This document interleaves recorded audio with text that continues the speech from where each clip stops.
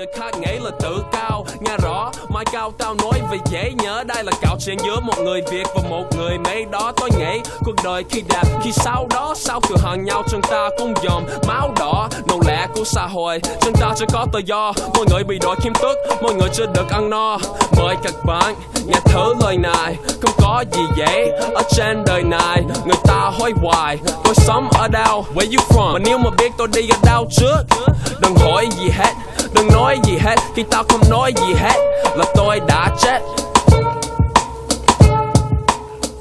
I definitely consider it a sacred duty to be able to speak as an artist, especially a writer, because especially when people say things like, you have said something that I have felt for so long but have never heard articulated. There are stories that we have that were never told. The knowledge that you have to have first is that your story is unique and can only be told by you.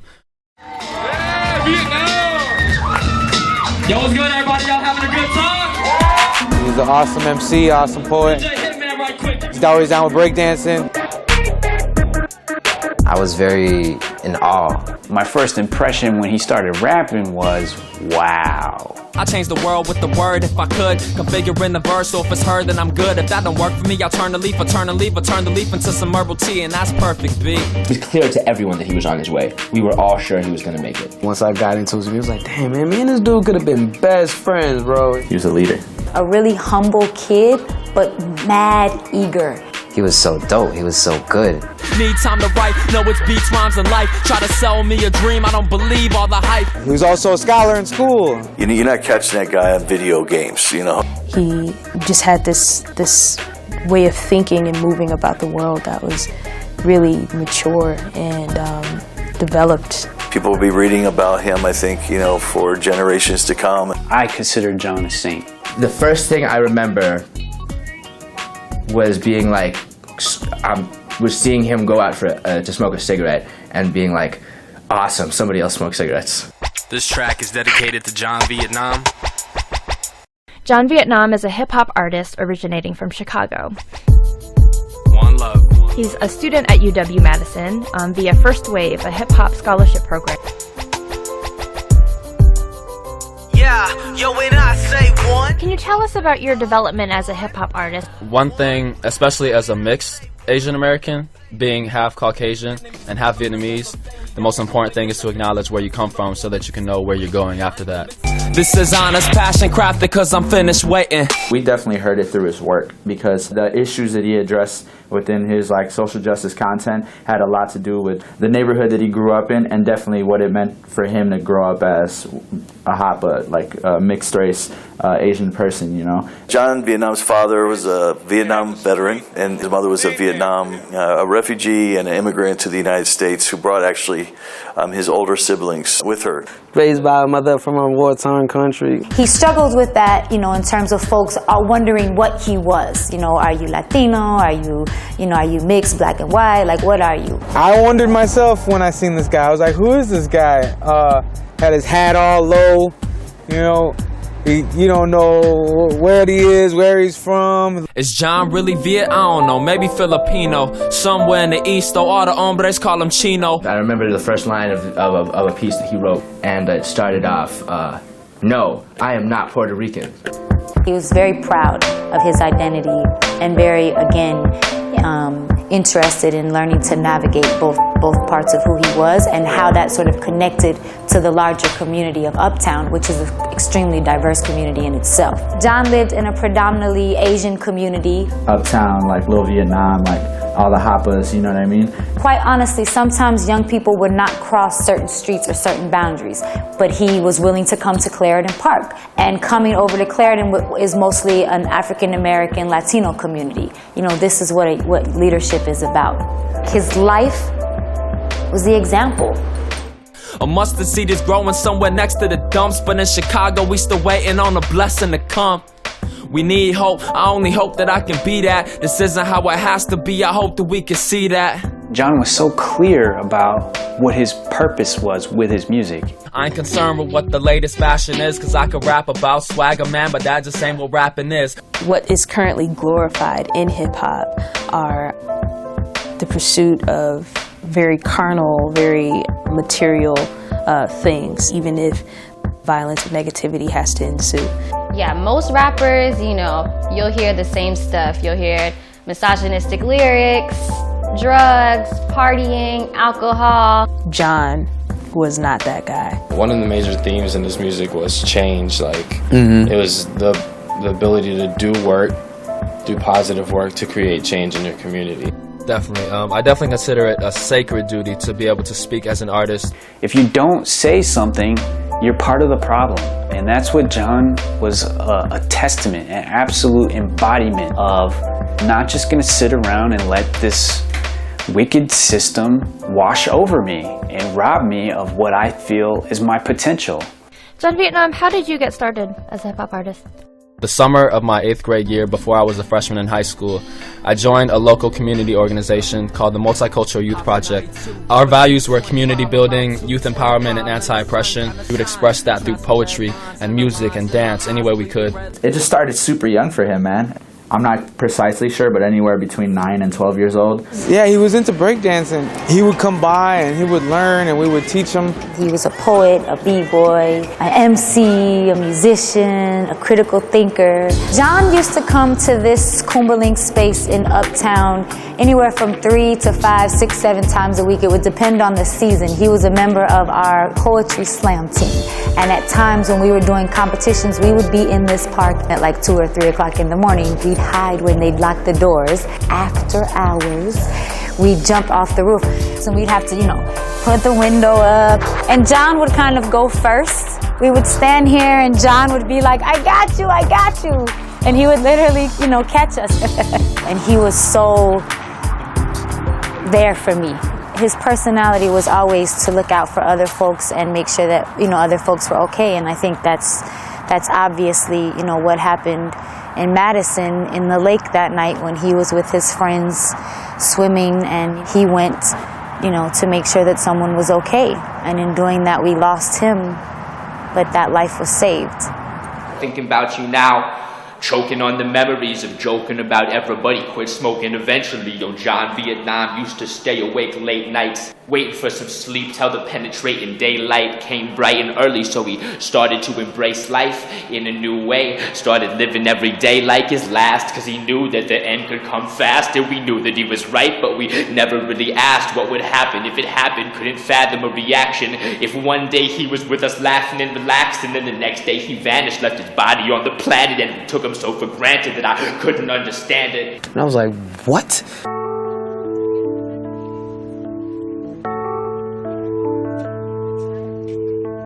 Freshman year, we all lived on the same floor. It was called the MLC, the Multicultural Learning Community. Yeah, man, this is just kind of the spot where Nam and the gang in our cohort would just hang around. Definitely good memories with them here, you know.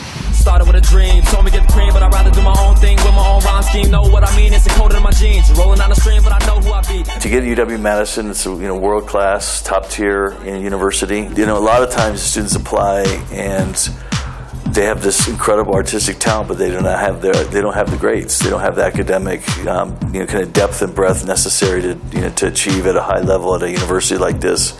And he definitely had that. He was an excellent student. When he received the call from University of Wisconsin-Madison that he had been accepted and was going to receive the full tuition scholarship. Hey, Dasha, can you say that one more time? Yes. What are you happy to tell John? Listen, y'all. Welcome you to First Wave. And then we were like, yay, celebrating, took pictures, and it was an exciting time for him.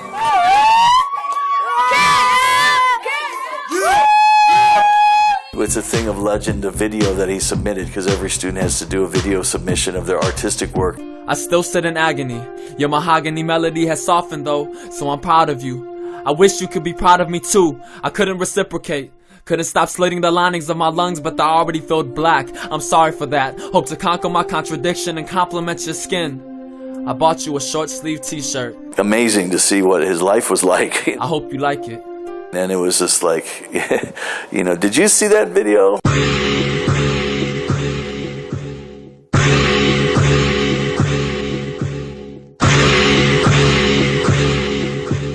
So you have this amazing video, You have the essay questions were impeccable. The punctuation was perfect. I mean, that doesn't happen all the time, to be honest with you. I mean, to me, it's more than a movement. But other than that, it keeps you in shape, too. It allows me to express myself in more ways than one.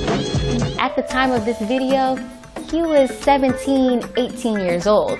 How old are y'all? They're gonna probably be like 15, 16, 17, whatever ages. And I'm like, right. So if there's anything you feel like you can't do, like look at this man and see that you can do anything. I give him rhythm intricate, kicks hit with the triplicate. A sense spins limitless and twist pitch the dissonance. To me, John was a brother, a good friend, and kind of a mentor in some ways. He was always encouraging us to work harder for ourselves, for the world. He was always just there, you know, like just to cheer you up or to motivate you. It's hard to articulate, but there's something about him and his way of connecting with people that was very powerful. He was down with people he went to school with, people in the community, people from the hood, people from, you know, scholars and youth workers and older folks. Like he talked to everybody. He always knew my poetry. He could recite it back to me. Everyone just loved him, and everyone thought, you know, he was their best friend.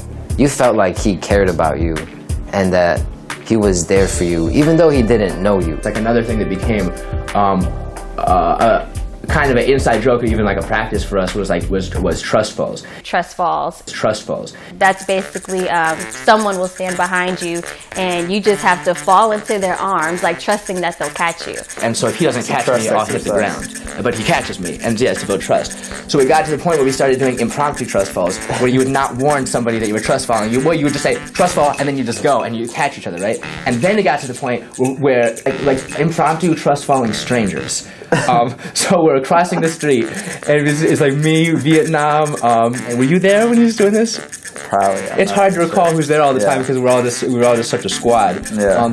But so Johnny, he just says trust fall, and he just trust falls to this random dude in the middle of the street, and Johnny, bam, hits the ground. Because like, oh my God, I'm so sorry. Helps him up. Oh, don't drop the mic.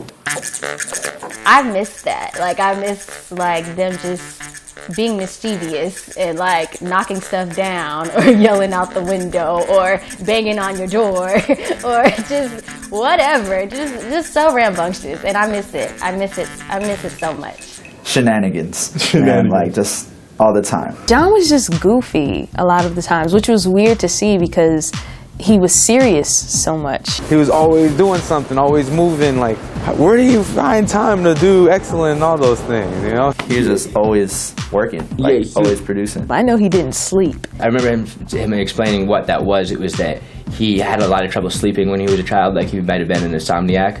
And so he would lay awake for hours and just be trying to go to sleep. And eventually he realized that all this time is just being wasted. So he decided, so then he kind of switched his view, and then instead of trying to sleep, he tried to not sleep. 2, 3, 4 in the morning, and he's just producing his own tracks, or he's just doing homework. That was something that was really cool and slightly alarming. Every time I would come from the library or, you know, just come from class, it didn't matter what I was coming from, you would always know he was up because his music was blaring, like always so loud. Sometimes I would get up really early, and I got up at 5:30 to go run, and I remember getting up and going to like brush my teeth, and John having been up all night and was like breakdancing in the hallway. Okay, that's Vietnam. I mean, he used to do most of his recording freshman year up in his dorm, so he brought in the mic into my room, put it toward the closet, so he was like, all right, we'll use this for soundproofing or whatever. Again, maximum efficiency. Maximum efficiency. Maximum efficiency. Envision, grind, produce, reflect. John Vietnam. There's a lot of young people that were interacting with John like as if he was a big brother, and now are doing music themselves. Absorb this, cause we're the byproducts of 1,000-year repression, progressing past the stereotypes of my complexion. I think he really paved the way for me as an Asian American MC. So I was born in Mongolia, and he was repping his name and his country, kind of went out there and said, this is me, and this is who I am, you know, and that's what was so inspirational. First off, hello, named John Vietnam. Raised by the daughter of a war-torn country. Came here and got started, mama didn't have no money. The very first bars he ever spit for me were very sharp, very complicated structurally, and his ability to perform them and his breath control was very, very advanced for someone at his level of experience. At the time, I was messing around with very, very simple rhymes, and I was doing very amateur stuff, and his rhymes were reading like a book. And I was just kind of blown, like, wow, his vocabulary. One time he had this rap where he was like walking down the street in Chicago and he's like talking about FAFSA. That's the rest about to let the after set, but you're not even half a threat. I'm cashing out my FAFSA check. I'm like, who includes FAFSA in their rhymes, you know? Like, who talks about like financial aid? Most folks are like, this is my thing and I'm good at it and I'm gonna stick with it. And John was always seeking to grow, especially when it came to vocabulary, and so his whole thing was like learn a word a day. I don't even think I fully understood what his piece was about. I remember I learned from him the word dissonance and cacophony. And I was like, damn, this dude's a genius. Yeah. He really left behind a legacy as a wonderful artist and revolutionary. Since I was barely a fetus, I've been caught in this loop. Mama brought me to the world, but I was brought up by you. And you told me go to college, get that knowledge for that progress. Thinking that I got this, why these problems ain't stopped yet? I always, just try to spread his legacy and spread his truth in some way. Basically, we just provide creative writing and spoken word poetry services to teenagers all around the city. He paved the way. He paved the way for me, and to me, he's paving the way for a lot of these young artists. Yo, when I say one, y'all say love, one. My name is Elja Bokhari. This is Ella from Rebellion. Ready? Yeah. What it do? What it do? They say go, return to land that I don't know, it makes no sense. Born and raised American, so Mexico is still foreign. We came together because there was a void of the work that John was doing. This is where the magic is made here. This is the recording mic. This is actually John's mic that we've been, blessed to have this whole time. It's all about building confidence. A lot of youth have a serious confidence issue. I think it's just that space where you can go to express yourself, to really tell people how you feel. It's that belonging, it's that family. Like, you can find that family in hip-hop. The real important, legacy here is the John Vietnam Project, and it's based on the philosophy and the life of John Vietnam. The JVN Project is an organization that seeks to use hip-hop as a tool of empowerment. And so they're doing work in juvenile detention centers, in the school, the K through 12, school district. Hip-hop is a real part of our community, and it can help you get places. So know that and remember, can't nobody stop you but you. This is what his life is all about, right? Reaching out to young folks. We're all relatives, all related. This is like one of our partner schools. You are not the average students, and these are not the average teachers. Am I right? If John Vietnam was in a school setting like this, he would be getting the same kind of response from the students. I've seen him do it. People would just be feeling him, Inspiring them to do better, to be better. You just have to invest in yourself, and that's exactly what he did. I spit the scriptures, they sacrilegious and given fiction. Mission is revision and show decision to listen. This is business.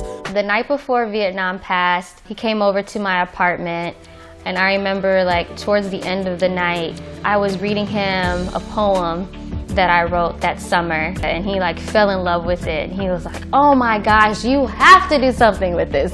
You have to. And I'm like, okay, I don't know what to do with it. I thought I just wrote a poem. What else do you want me to do? And so, when he passed away, I was like, wow, if that was one of the last things he said to me, maybe I'm really supposed to do something with this. So I ended up writing a one-woman show. I feel like he's the one that helped me write that one-woman show. This work must be continued, right?